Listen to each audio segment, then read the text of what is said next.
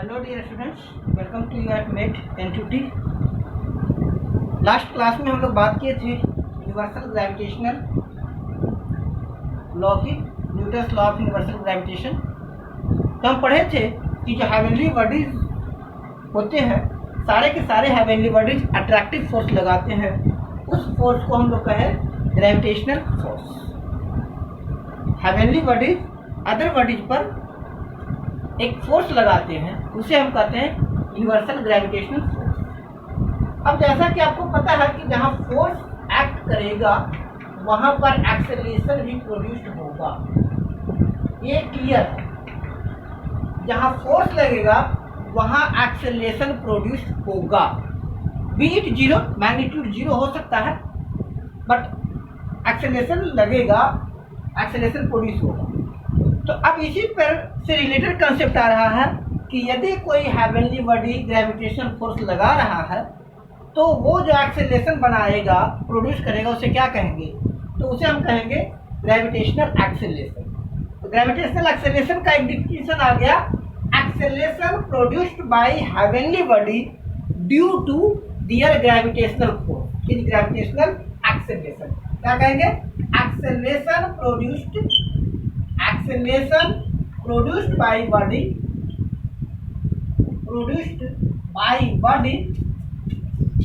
due to gravitational force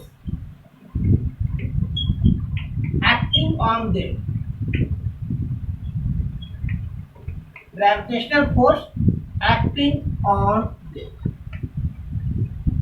कोई भी heavenly body है, वो जो फोर्स लगाएगा हेवनली बॉडी, उसे हम कहेंगे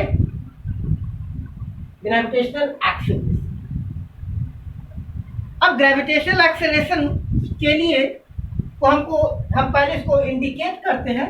it is denoted by symbol g, small, denoted by small. Capital जैसे किसे डिनोट करेंगे?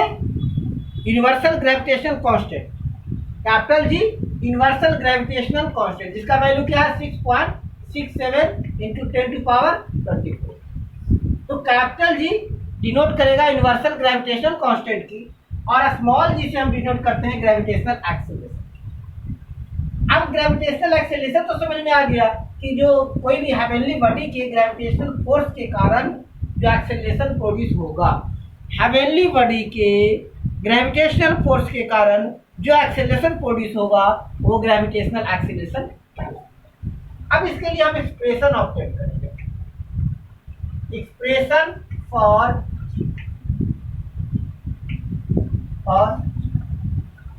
इसके लिए हम सपोज किए एक हेवनली बॉडी है जिसका मास m है, इसके ऊपर दूसरा बॉडी सिचुएटेड है जिसका मास स्मॉल है।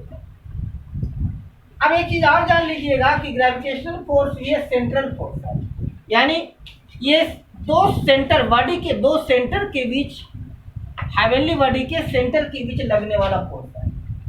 तो ये मान लेते हैं इसका रेडियस पहले r है, अभी इसको रेडियस को कंसीडर नहीं करते, आगे कंसीडर करेंगे, बट अभी कंसीडर ये करते हैं कि एक कैपिटल स्मॉल में m मास का बॉडी किसी बड़े मास की बॉडी, हेवनली बॉडी जिसका मास m पर है, पर सिचुएटेड है। स्मॉल मास m का बॉडी किसी हेवनली बॉडी, m मास के हेवनली बॉडी जिसका रेडियस r है, पर सिचुएटेड है। यानी लिखेंगे let a body of mass m is situated at heavenly body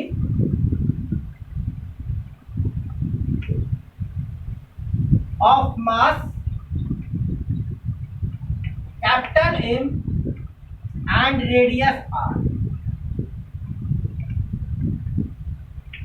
ये सपोज किए कि स्मॉल m मास का एक बॉडी m मास और r रेडियस की बॉडी पर सिचुएटेड है। पहले कंसीडर करेंगे कि ग्रेविटेशनल फोर्स, या इसे कहें force between a and b। तो gravitational force F equal to क्या हो गया? G capital M small m upon r। जाइटी सेपरेशन है, तो gravitational force F is equal to G capital M small m upon r square.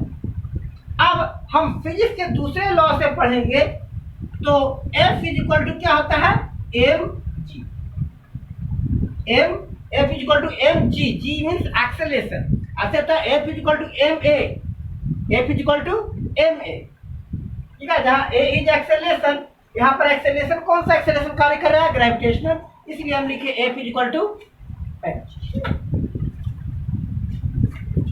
By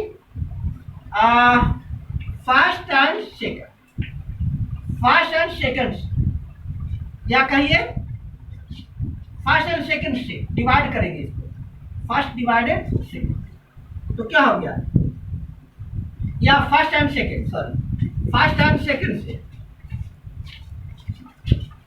तो दोनों F का वैल्यू है, तो फर्स्ट एंड सेकंड से क्या लिखे, G capital M small m upon r square is equal to M,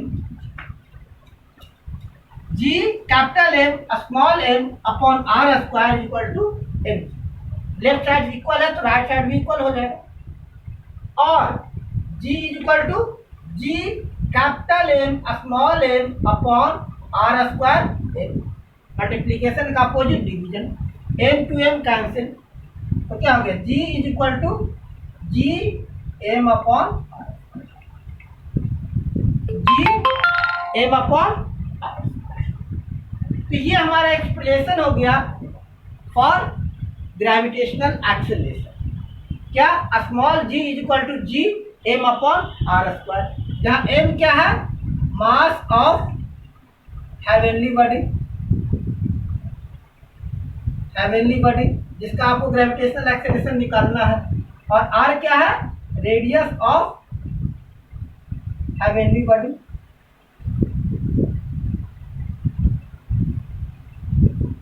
and g क्या हो गया, यूनिवर्सल ग्रेविटेशनल कांस्टेंट, g क्या है, यूनिवर्सल ग्रेविटेशनल कांस्टेंट,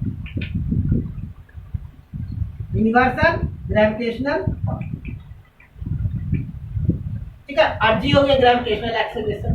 तो ये तो हमने एक्सप्रेशन ऑब्टेन कर लिया, अब हम निकालेंगे value of g for earth, earth के लिए स्मॉल g का वैल्यू यानी ग्रेविटेशनल एक्सेलरेशन का वैल्यू,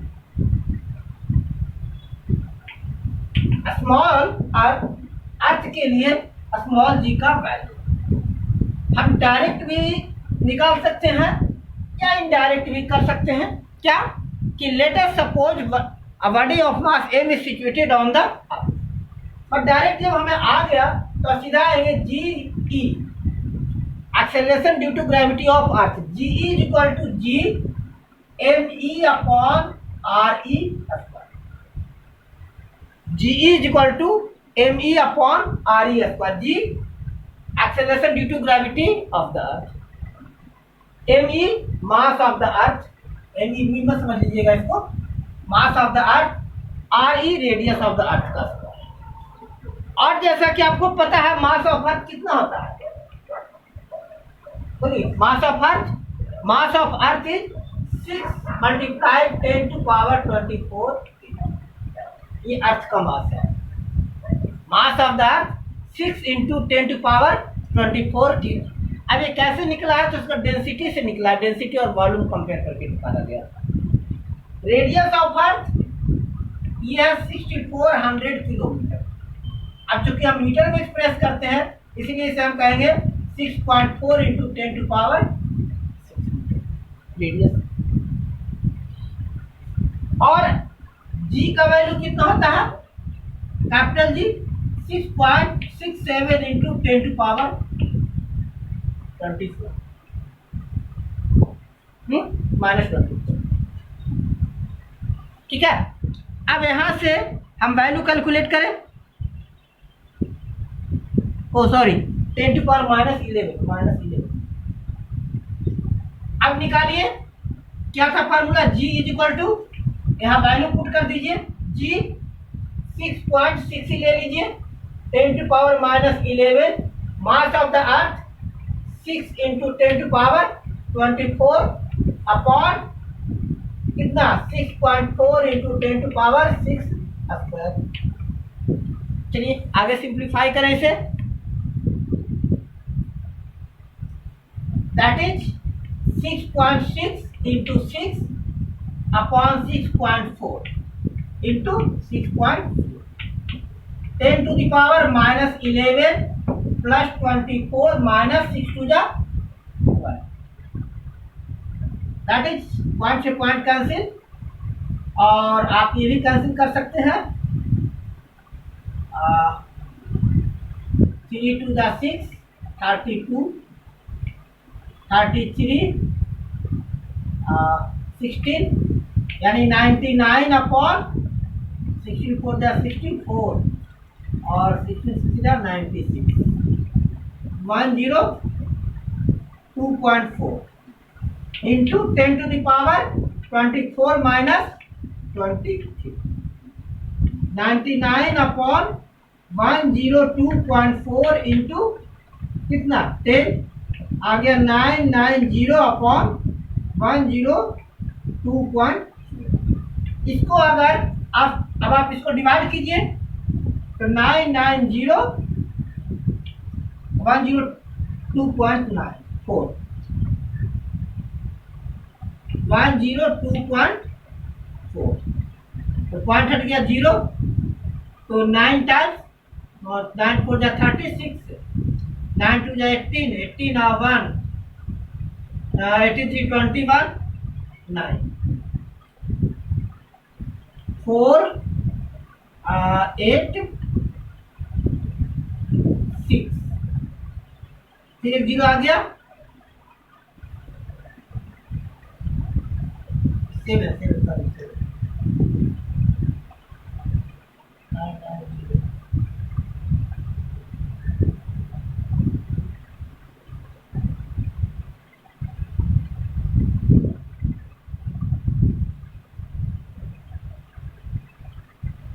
7 टाइम्स पॉइंट में 7 2 जा 28, 7 2 जा 14 और 16 6 7 2 7 6, अबाउट आ गया 6 9.76। इसको राउंड ऑफ करके हम ले लेते हैं 9.8 मीटर पर सेकेंड स्क्वायर, है ना, value of ji for moon. अब आगे अर्थ, अब बात करेंगे value of ji for moon. Moon पर जी का वैल्यू क्या होगा? अगेन डाटा ले लेते हैं, ये आप कैलकुलेट भी कर सकते हैं, खुद कैलकुलेट कीजिए। इसके लिए डाटा है mass of moon, mass of moon, mass of moon कितना होता है? मास ऑफ मून है 7.4 into 10 to power 22 kg, 7.4 into 10 to power 22 kg। और मास of earth, mass of earth है 1.7 into mass of moon, oh sorry radius of moon, radius of moon 1.7 into 10 to power 6 metre. आप यहाँ से small जी की value निकालिए, ये आप calculate कीजिए, ये आपके लिए छोड़ा गया है कि आप कैसे स्मॉल जी की वैल्यू निकालते हैं। क्लियर? अब इसमें हम बात किए मास वैल्यू ऑफ जी की। अब प्रश्न ये उठता है कि क्या वैल्यू ऑफ जी किसी भी प्लैनेट का, या जी का वैल्यू किसी प्लैनेट के लिए निकाल सकते हैं, बशर्ते कि उसका रेडियस और मास आपको गिवन। अब आपसे ये एक्सपेक्ट नहीं करेंगे हम लोग, हाँ खासकर अर्थ और मून के लिए थोड़ा सा डाटा आप लोग याद रखिएगा, बाकी ये एक्सपेक्ट नहीं करेंगे कि आपको मार्स का, जुपिटर का, सैटर्न का, सबका आपको रेडियस और मास याद हो, वो एक्सपेक्टेशन नहीं होता। अर्थ के लिए मोस्ट प्रोबेबल एक्सप्लेनेशन याद रहता है। अर्थ का मास कितना है? 6 इंटू 10 टू पावर 24 kg, और अर्थ का रेडियस है 6400 किलोमीटर। बेसिकली अर्थ का याद रखिएगा। बाकी आप कंपैरिजन के लिए अब कंपैरिजन के लिए आपको निकालना है g e upon g a, acceleration due to gravity of earth और acceleration due to gravity on moon, इन दोनों का रेशियो। क्लियर? ये भी आपके लिए होमवर्क रह गया, आप दोनों निकालिए इनका क्या रेशियो होता है वो देखिएगा। क्लियर? क्योंकि इससे रिलेटेड आगे क्वेश्चन आएगा। अब आगे हम ये नहीं देखने जा रहे हैं, हम देखने जा रहे हैं variation of g on a planet. हम प्लैनेट में मेनली अर्थ की बात करेंगे कि क्या जी का वैल्यू वेरिएट कर सकता है, किसी प्लैनेट का जी है तो, या वेरिएट नहीं करेगा। जी का वैल्यू वेरिएट कर सकता है या नहीं कर सकता है। अब वेरी कर सकता है या नहीं कर सकता, वो सिर्फ इतना जान लीजिए कि जी डिपेंड किस चीज पर करता है, स्मॉल जी।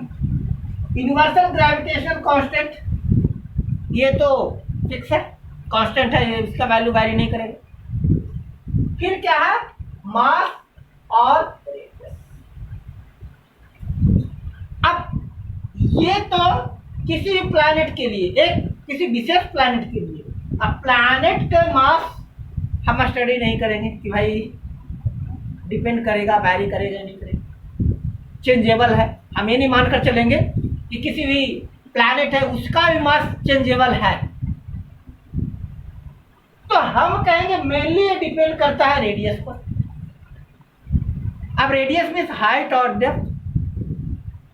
Radius means height, depth, distance, है ना, डिस्टेंस। अब इसमें सबसे पहले देखिए किस पर डिपेंड करेगा, तो value of acceleration due to gravity with height, altitude पर। पहला variation of g with height और एल्टीट्यूड।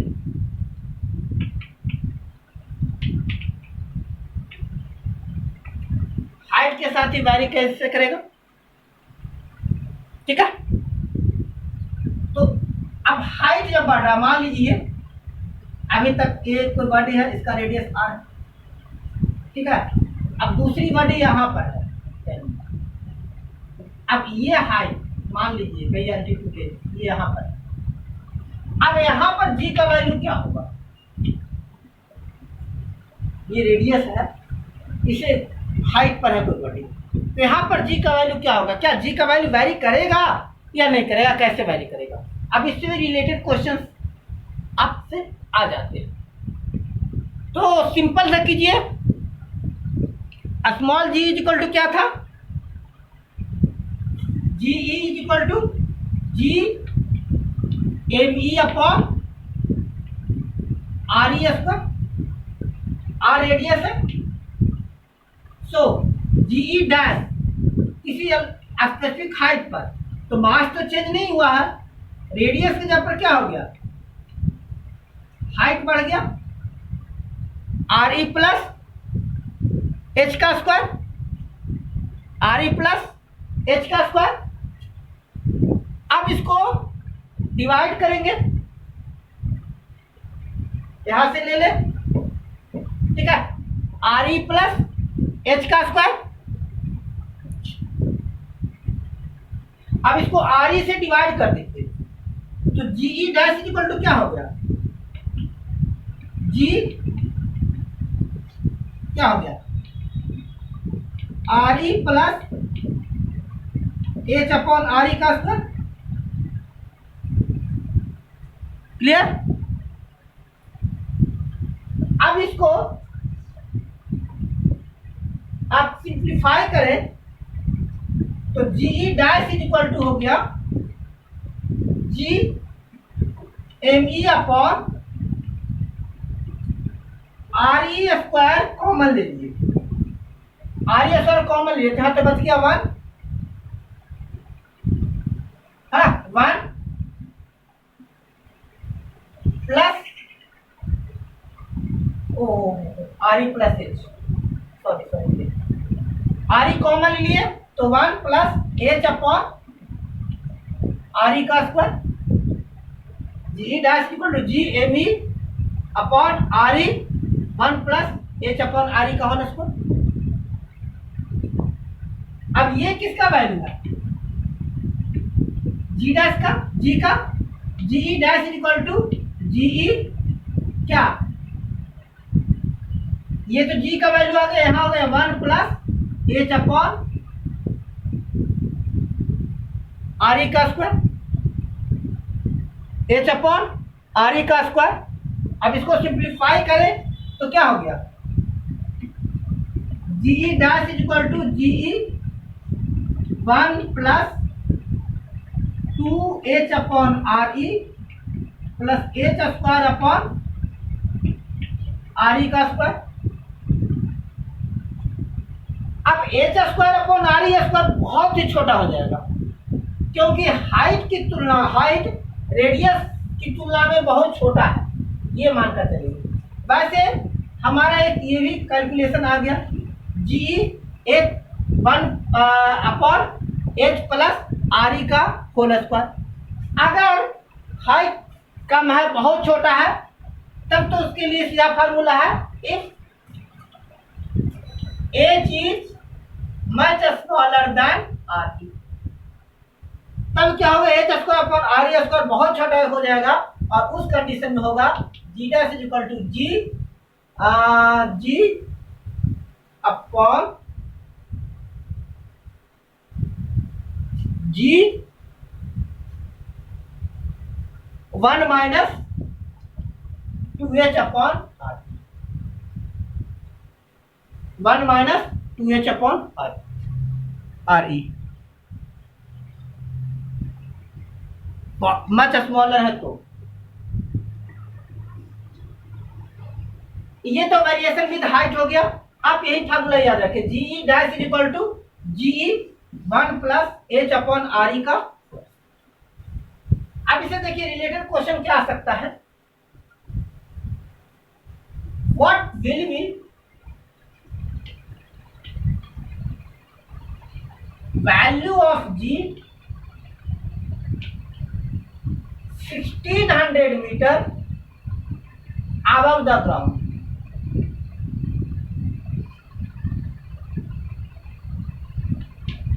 ग्राउंड के 1600 मीटर हाइट पर ऊपर जी का वैल्यू क्या होगा। तो simple, G dash is equal to क्या था, G dash is equal to भी क्या फार्मूला आया था, जी एच अपॉन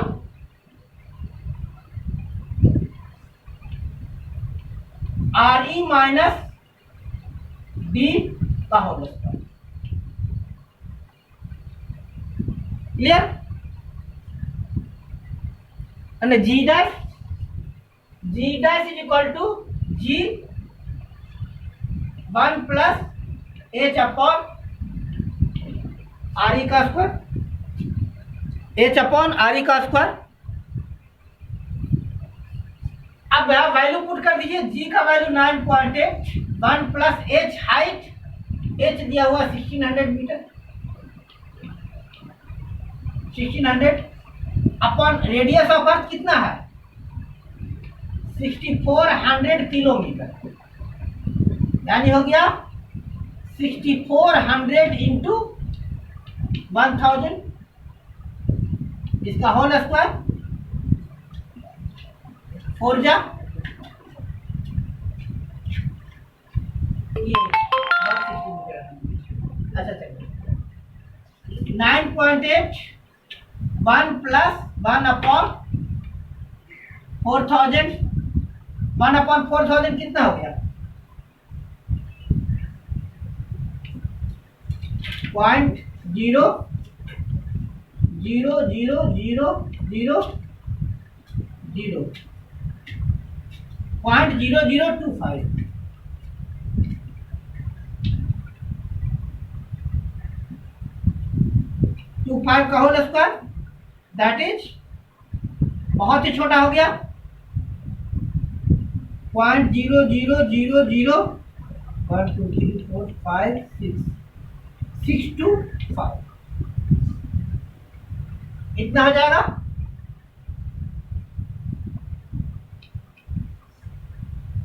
है ना? एक और एग्जांपल ले लेते हैं।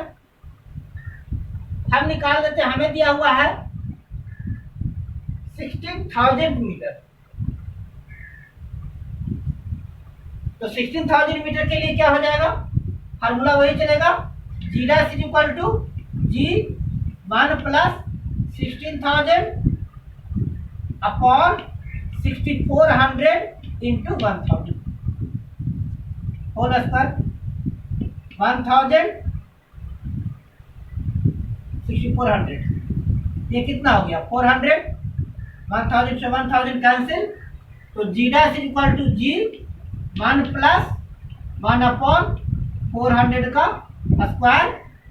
तो G dash is equal to G 401 upon 400 का स्क्वायर।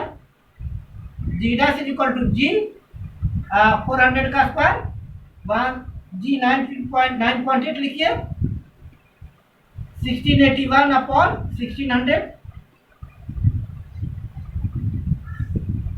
तो G dash is equal to 9.8 cancel कीजिए तो 1.81 लगभग, यानी कितना हो गया 105 इंटू 98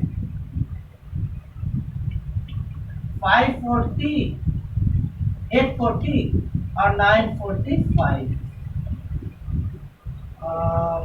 0923 यानी आ गया 10.29। ये हो गया वेरिएशन ऑन द अर्थ। अब वेरिएशन विद डेप्थ, डेप्थ के साथ क्या वेरिएशन होगा, variation of g with depth.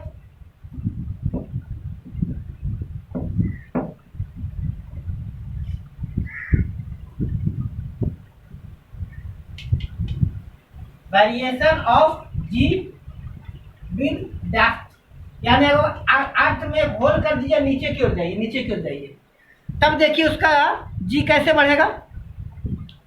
ठीक है, नीचे की ओर जाइए तो देखिए जी कैसे बढ़ेगा। तो क्या पढ़े, G is equal to G M E upon R E का स्क्वायर। अब जब आप नीचे की ओर जा रहे हैं, ये आर ई है, रेडियस है, हमें इस पॉइंट पर निकालना है, इस पॉइंट पर। तो यहां से जी डैश इज इक्वल टू क्या हो गया, जी एम ई अपॉन, अब घट जाएगा आर ई माइनस डी का square. G dash is equal to G M E R E square common ले लिए, यहाँ क्या बच गया 1 minus D upon R E का स्क्वायर। ये किसका वैल्यू है, जी का। तो G dash is equal to G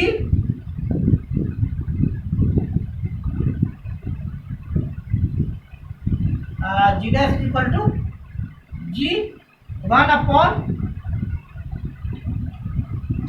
D upon R E का square.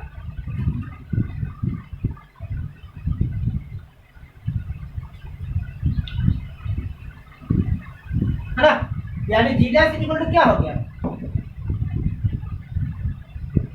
G dash is equal to G upon, वहां पर मिस्टेक हो गया इससे पहले वाले कैलकुलेशन में, 1 minus D upon R E का स्क्वायर। ठीक है, जैसे अब यहां पर आपसे क्वेश्चन आ जाए, ये एक्सप्रेशन ये हो गया फॉर डेप्थ, और हाइट के लिए क्या आया था, G dash is equal to G 1 plus H upon R E का स्क्वायर। इससे पहले जो दोनों न्यूमेरिकल सोल्व किए थे उसमें एक मिस्टेक हो गया था, लास्ट में कैलकुलेशन मिस्टेक है, उन्हें थोड़ा करेक्ट कर देते हैं। एक क्वेश्चन लेकर,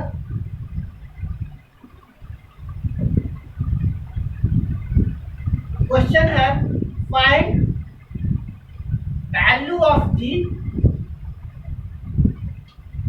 1600 किलोमीटर बिलो ग्राउंड या 16 किलोमीटर बिलो ग्राउंड।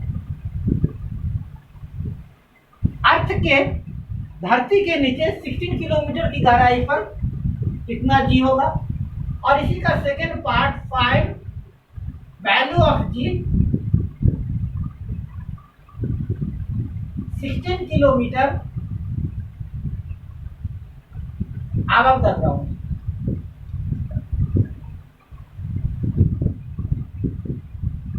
ठीक है, तो पहले बिलो द ग्राउंड के लिए क्या निकाले आप लोग, G dash is equal to G upon 1 minus T upon R का square. G dash is equal to G कितना हो गया 9.8, 1 माइनस टी कितना 16 किलोमीटर अपॉन कितना 6400 होल स्क्वायर।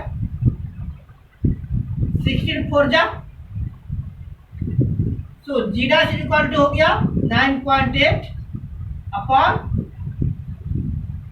400 माइनस 1 अपॉन 400 का square. So g dash is equal to 9.8 into 1600 upon 399 का whole square.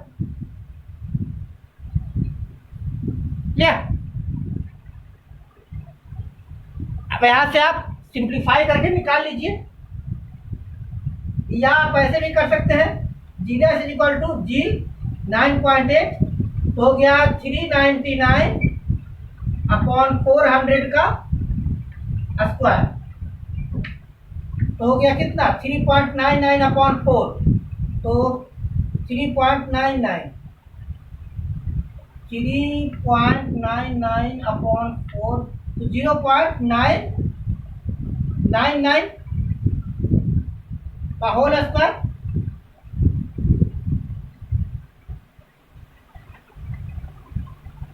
या यहीं से कर लीजिए, यहाँ से आपका वैल्यू आ जाएगा। भाई वैल्यू आ जाएगा 9.79 समथिंग, बहुत ही कम वैल्यू आएगा।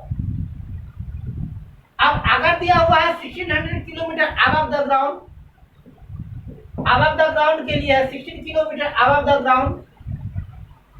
अबव द ग्राउंड के लिए कर लेते हैं प्लस एच 401, यानी इसका हो गया 9.8 इंटू 400 अपॉन 401 का होल स्क्वायर, तो 9.8 इंटू 0.99 क्लियर।